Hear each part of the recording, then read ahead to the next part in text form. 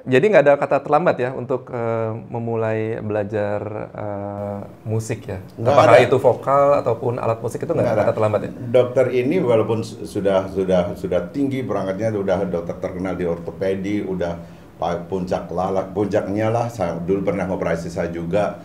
Tidak ada kata terlambat. Padahal usianya segini, saya nggak tahu ini 40 atau 30. Saya masih 30. 35, Pak. Oke, 30 something.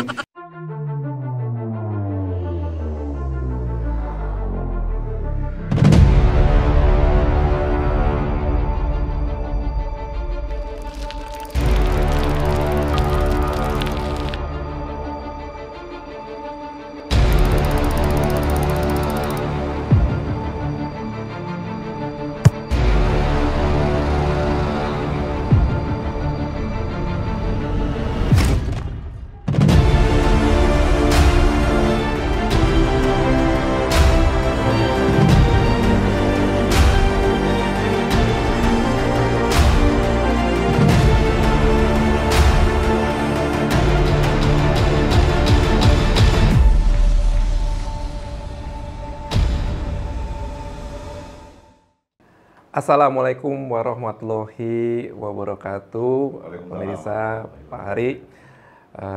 Sebelum ngobrol mau cerita dikit aja, katanya dalam hidup ini kita harus ada keseimbangan antara pekerjaan otak kiri dan otak kanan. Katanya selama ini kita selalu didominasi oleh otak kiri kita dan kita harus melatih otak kanan kita. Salah satunya adalah dengan bermusik. Nah, saya memberanikan diri nih berlatih vokal maupun alat musik piano. Di dekat rumah sakit saya itu waktu itu ada tempat les. Sambil jalan kaki saya ke sana belajar musik di sana. Saya bertemu dengan seseorang yang namanya Pak Hari Wisnu Yanu Arta. Yani. Juniarta. Salah. Hari Wisnu Juniarta. Tapi ada kemudian yang saya temukan yang lebih menarik, yaitu di sana saya berjumpa dengan anak-anak yang luar biasa, anak-anak yang berkebutuhan khusus yang sangat-sangat handal memainkan alat musik. Nah, itu yang menjadi pertanyaan saya, kok bisa ya mereka seperti itu gitu. Makanya kita sekarang hadirkan Pak Hari ini untuk bisa kita dapat info yang sebanyak-banyaknya tentang mereka. Apa kabar Pak Hari? Baik dok, alhamdulillah Mantap. sehat. Luar biasa. Luar biasa. Jadi Pak Hari ini seorang musisi, tapi sekaligus juga seorang guru musik ya. Betul. Kita menyebutnya guru musik ya? Boleh. Boleh guru musik. Oke, udah berapa lama bermusik? Saya mulai belajar musik itu sebetulnya udah telat dok. Saya baru kuliah itu baru belajar musik. Kemudian saya 2 tahun kejar untuk bisa masuk orkestra di ISI. Padahal saya dulu kan di ekonomi. Oke. Di ekonomi terus saya kepingin jiwa saya di musik. Kemudian saya belajar 2 tahun di alat musik spesial namanya oboe. Oboe nanti lebih lanjut akan ada keterangannya. Tapi saya kepingin terobsesi pengen masuk orkestra di ISI. Nah, itu saya mulainya di saat kuliah baru belajar. Jadi nggak ada kata terlambat ya untuk memulai belajar musik ya? Nggak Apakah ada. itu vokal ataupun alat musik itu nggak ada kata terlambat ya? Dokter ini walaupun sudah tinggi perangkatnya, udah dokter terkenal di ortopedi, udah puncaknya lah. Saya dulu pernah operasi saya juga. Tidak ada kata terlambat. Padahal usianya segini, saya nggak tahu ini 40 atau 30. Saya masih 30. 35, Pak. Oke, 30 something. Itu nggak apa-apa. Saya punya pengalaman dok. Saya pertama kali ngelatih Profesor Sarlito almarhum. Oh iya. Beliau itu umur 62 tahun baru pertama kali main saksofon. Megang saksofonnya aja, posisi fingeringnya aja kebalik. Jadi benar-benar masih nol pudul gitu. Ternyata left hand ada di atas. Itu bisa. Kemudian dilatih 6 bulan, ternyata beliau punya grup band namanya The Professor Band. Kemudian beliau masuk sebagai pemain saksofon setelah 6 bulan latihan. Jadi nggak ada kata terlambat. Alhamdulillah. Masih ya. Apalagi Tidak terlambat. beliau ini lumayan lah diberi karunia Gusti Allah untuk pinter gitu. Ampun. Cerdas, Nah, multi talented beliau ini. Kemudian mulai mengajar itu mulai kapan? Mengajar di mana? Mengajar musik, khususnya untuk mengajar musik itu mulai kapan? Musik yang saya dulu dari keluarga yang nggak mampu. Saya lulus SMA itu nggak bisa kuliah. Saya harus mengajar setelah lulus SMA, ngajar SMA. Jadi murid saya benar-benar setara untuk mendapatkan uang sebagai guru honorer itu di beberapa sekolah di Jogja dulu. Kemudian itu saya pakai untuk biaya kuliah saya, Dok. Itu dari tahun 82 saya udah ngajar. Udah ngajar? Ya, karena membiayai saya orang nggak mampu, Dok. Biasa. No problem. Kita lihat hasil akhirnya kan luar biasa. Nah, kemudian tertarik untuk mengajar anak-anak berkebutuhan khusus itu mulai kapan? Sebetulnya saya dulu nggak pernah berpikir dapat kesempatan untuk mengajar anak autism atau anak kebutuhan khusus, Dok. Kebetulan aja saya di salah satu pindah ke Jakarta, kemudian orkestra, kemudian saya juga ngajar, kemudian di salah satu sekolah internasional gitu, saya nggak boleh sebutin. Kemudian saya 9 tahun di sana ngajar, udah selesai, kemudian saya bikin sekolah musik sendiri namanya World Heritage Music Academy. Kemudian saya bersama teman-teman guru yang lain. Kemudian saya menerima murid reguler. Nah, kalau untuk normal itu kita sebutin reguler gitu. Ya tiba-tiba ada 1-2 yang orang tua yang bilang, boleh nggak kalau anak saya ini tapi ini kebutuhan khusus. Saya agak mikir, tapi kan kalau shoot whenever you can shoot ya. Jadi ketika kamu ada kesempatan, lu tembak aja, jangan nunggu-nunggu gitu kan ya, Dok ya. Lalu saya sambil mengajar saya juga belajar, Dok. Akhirnya saya terima. Itu tahun 2015 sampai sekarang. Jadi Mas Abi, Mas Arya ini adalah produk kira-kira 5 tahun dari WHMA.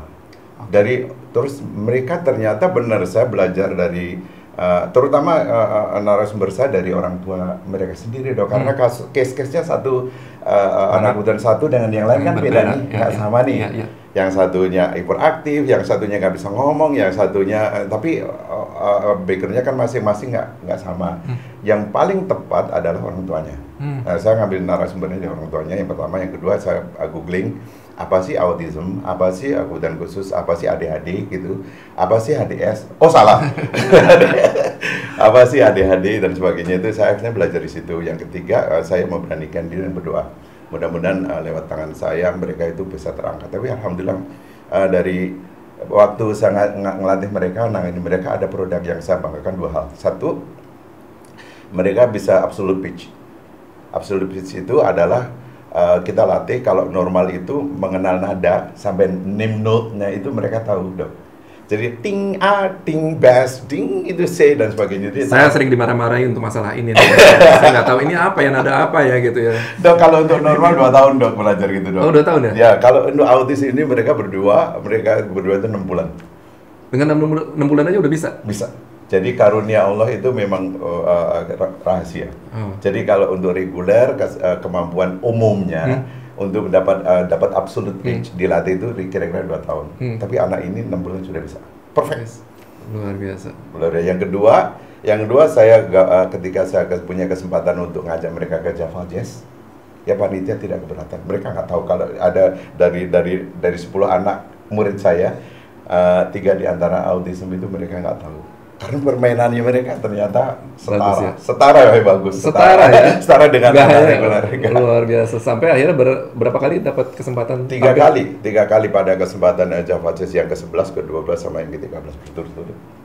Episode 11, 12, 13 itu tahun 2015, 16 sama 17. Apa yang paling susah dalam ketika mendidik mereka itu? Kalau hati kita ikhlas, kita ridho dan kita mau berbagi ilmu dengan baik, itu nggak ada kesulitan, Dok. Nggak ada hal yang berat, itu nggak ada. Yang ada di saat mereka belajar, saya juga belajar. Karena transfer knowledge itu kan terjadi ketika anak itu ridho hatinya, saya cepat untuk bisa mentransfer ilmu pada anak itu. Ketika anak itu nggak ridho hati, kan kita sulit. Nah, anak ini lebih cenderung untuk kalau menurut pengalaman yang saya alami selama 5 tahun mendidik mereka itu, mereka lebih touch ke hati dulu. Hati mereka kita sentuh, kita sayangi mereka. Nah, itu gimana caranya? Ya, sayangi mereka. Kalau misalnya Mas Abi, Mas Arya, Mas Abi kemarin udah bisa belum? Belum. Ayo kita latihan lagi, tenang aja, kita ulang bisa gitu. Kemudian kalau bisa, oh pintar Mas Abi, Mas Arya pintar. Padahal usia mereka kan sebetulnya udah 26, 25 ya.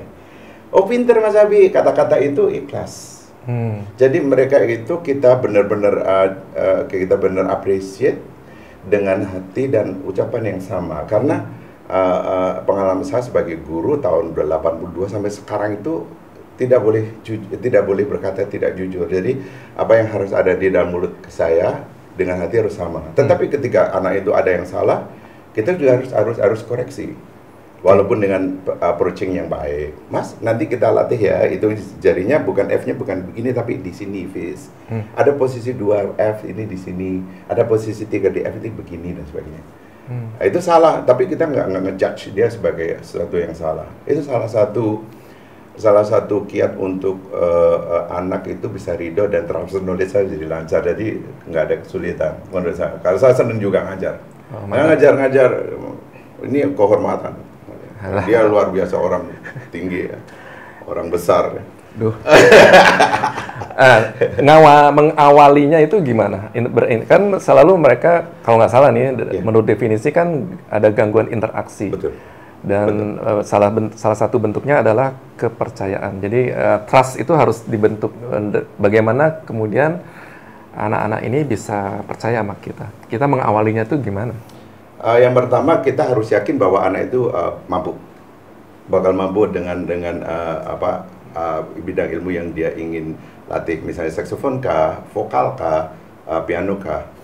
Yang kedua, saya pernah baca juga jangan berharap anak itu mau eye contact seperti ini. Anak-anak kebutuhan khusus belum tentu mau eye contact. Tapi kamu harus yakin bahwa dalam satu ruangan, walaupun dia nggak eye contact, tapi telinga dia mendengar. Nah, ketika telinga dia mendengar, itu aku harus cerewet.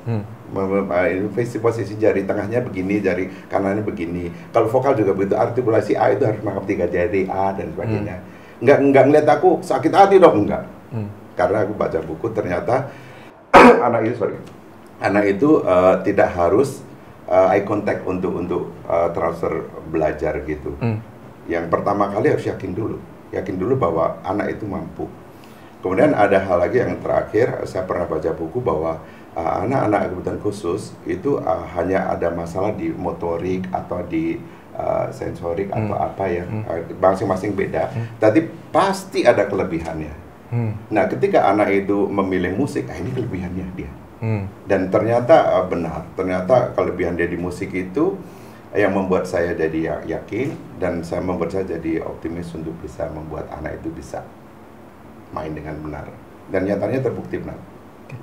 Jadi sepanjang ini sudah berapa anak yang Pak Hari latih? Ada 12 anak, kemudian yang berhasil aku bawa ke perform yang serius kayak di Java Jazz, kemudian di dinas sosial, kemudian acara kayak misalnya kita perform annual concert gitu ya, annual concert di Bintaro Plaza, di Bintaro Exchange, itu kira-kira ada dari 12 ada 8. Karena yang 4-nya itu masih dalam bimbingan gitu, tapi terkebul pandemi gitu. Tapi overall mereka progres. Dan progresnya dok itu progres skillnya hampir setara dengan anak-anak reguler. Yang beda cuma treadmillnya. Kalau anak-anak reguler itu misalnya untuk menguasai satu repertoire lagu itu butuh 4 kali tatap muka. Kalau untuk anak ini mungkin butuh 6 kali tatap muka. Tetapi 2 kali tatap muka yang ketinggalan dia bisa kita akumulasikan kita genjot latihan di rumah. Di rumah kita cek terus. Mas latihan lagu ini diulang ya. Lagu ini. Akhirnya sama. Akhirnya durasi untuk repertoire satu lagu yang tadi reguler anak 4 kali tatap muka. Anak autism juga bisa 4 kali tatap muka, tapi kita agak cerewet di prosesnya. Mantap. Luar biasa ya mereka. Luar biasa. Nah, 5 tahun ya? 5 tahun. Pasti kan nggak selalu kemudian mulus kan? Iya. Pasti ada up and down-nya gitu. Biasanya anak-anak ini apa yang membuat kita tiba-tiba menjadi tidak semudah yang kita harapkan gitu. Tantrum. Tantrum ya? Ya. Jadi ketika anak itu misalnya mana ini kan anak ini kan di samping kekurangan ada kelebihan, terutama masalah waktu. Umum tidak semua, tapi umumnya anak-anak ini on time dan udah terprogram gitu dok. Jadi saya juga baru belajar. Ternyata misalnya hari latihannya kita jam 10 sampai jam 11 ya gitu. Kemudian anak itu jam 10 kurang 10 sudah di depan pintu. Saya jam 9 sampai jam 10 ada murid yang terlambat sedikit gitu ya. Misalnya ini satu kasus saja. Terlambat sedikit jam 10 lewat 5 aja. Dia udah nongol-nongol di pintu gitu. Nah, ini. Terus begitu jam lewat 10 lewat 5 udah selesai murid saya yang pertama, dia masuk, dia udah pegang terus ngomongnya macam-macam, udah nggak, konsentrasinya hilang. Nah itu agak harus ada treadmill yang kita harus bersabar, harus tahu. Oh iya kita harus menyadari bahwa kita salah. Jadi nggak merasa bahwa kita itu sebagai guru itu selalu benar gitu, enggak. Nah, mengatasinya gimana tuh kalau misalnya tiba-tiba ada pertama kali kita minta maaf, udah pasti. Kita minta maaf, excuse terhadap kesalahan kita. Yang kedua kali biasanya kita pendekatannya dengan repertoire yang dia suka dulu. Dia misalnya Luka, Can You Feel the Love Tonight, lagu dari Elton John. Dia seneng banget setiap kali datang selalu mau lagu itu. Oke. Yo mas, kita lihat lagu itu. Dia mulai agak reda gitu karena dia termemorize. Oh iya, ini lagu aku suka. Pendekatan musik juga. Akhirnya apa yang dia suka kita munculkan dulu. Jangan sampai kita memunculkan hal yang dia sulit untuk latihan. Misalnya lagu Smile Though Your Heart Is Breaking dan sebagainya, itu kan posisi fingernya susah gitu. Itu kita deketin, dia tambah tantrum. Ada juga kasus lain, anak-anak itu benar-benar yang hiper. Kebutuhan khusus, autism yang hiper. Begitu datang, ngambil mikrofon, dibuat, kayak langsung gitu, guling-guling. Aduh, kalau sudah begitu, saya minta bantuan orang tuanya. Mama boleh nggak bantu saya? Saya nggak tahu ini harus gimana, atas ini dipegang dan sebagainya. Sampai sejauh itu.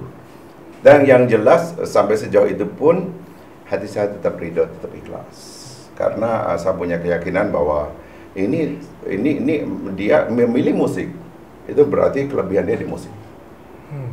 Jadi bukan kelebihannya di lukisan, bukan kelebihannya di olahraga, tapi di musik. Dan saya telusuri ternyata paradigma saya benar. Luar biasa ya. Mereka yang luar biasa. Ya. Sama orang tuanya. Dan gurunya juga dong. Gurunya ada autism soalnya jadi. Jadi harus sih. Luar biasa. Jadi sebetulnya ya, kita bisa belajar hal ya dari anak-anak yang berkebutuhan khusus ini ya. Betul. Yang autism. Jadi kalau saya tangkap, pertama kita harus jujur ya. Harus. Itu honestly nomor 1. Dan yang kedua, kita harus ikhlas ya. Ikhlas. Termasuk dalam konteks kita berani untuk meminta maaf kalau kita kemudian ada kesalahan. Itu gentleman. Nah, ini yang seringkali kita jarang temui sekarang ini ya, ketika kita harus ikhlas, kemudian kita harus jujur baik untuk diri kita sendiri dan terhadap orang lain gitu. Betul. Ya. Luar biasa. Mereka yang luar biasa. Saya diberi kesempatan untuk merawat mereka. Aduh, saya juga bersyukur sama Gusti Allah. Terus juga ini channel ini luar biasa dok. Saya juga kaget ini ternyata punya gagasan luar biasa dia. Mengangkat hal-hal yang di luar medical gitu. Sakit kepala lagi saya. Beliau kan concernnya di ortopedi, saya pernah jadi pasiennya, saya pernah dirawat dengan baik. Terus yang saya pernah ingat adalah bahwa rumah sakit itu painless. Painless hospital. Painless hospital. Saya jadi dulu takut, ternyata enggak, bersama tangan beliau ini ternyata patah tulang saya di beberapa tempat juga enggak ada sakit. Luar biasa, terima kasih dok.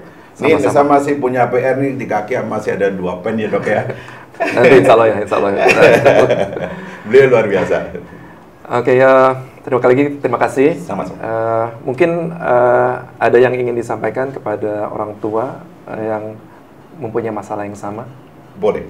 Apa yang ingin disampaikan? Yang pertama harus yakin bahwa anak, ibu atau bapak punya anak autism berkebutuhan khusus itu bukan kiamat. itu anak itu seperti yang tadi disampaikan sama dua motivator apa semacam orang tua dan sekaligus. Nah, itu benar-benar sekali harus beyond melihat anak itu kemampuannya di mana. Kalau sudah ada kemampuan, kembangkan kemampuan itu, dikasih environment yang tepat. Insya Allah jadi. Nyatanya Mas Abi, Mas Arya itu bisa kita gabungkan ke anak-anak reguler. Kemudian mereka juga dapat achievement yang sama terhadap anak-anak yang reguler, walaupun beliau berdua itu penyandang kebutuhan khusus. Jadi jangan pernah menyerah, kasih environment yang tepat, sayangi mereka. Saya bukan anak ibu aja, saya sayang sama mereka. Jadi nggak ada reason untuk ibu atau bapak membuat anak yang autism, anak-anak yang berkebutuhan khusus itu kiamat, nggak ada reason.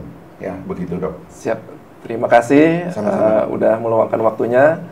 Semoga bisa menjadi informasi yang bermanfaat buat para viewer semua dan menjadi keberkahan buat kita semua dan para viewer. Sekali lagi terima kasih.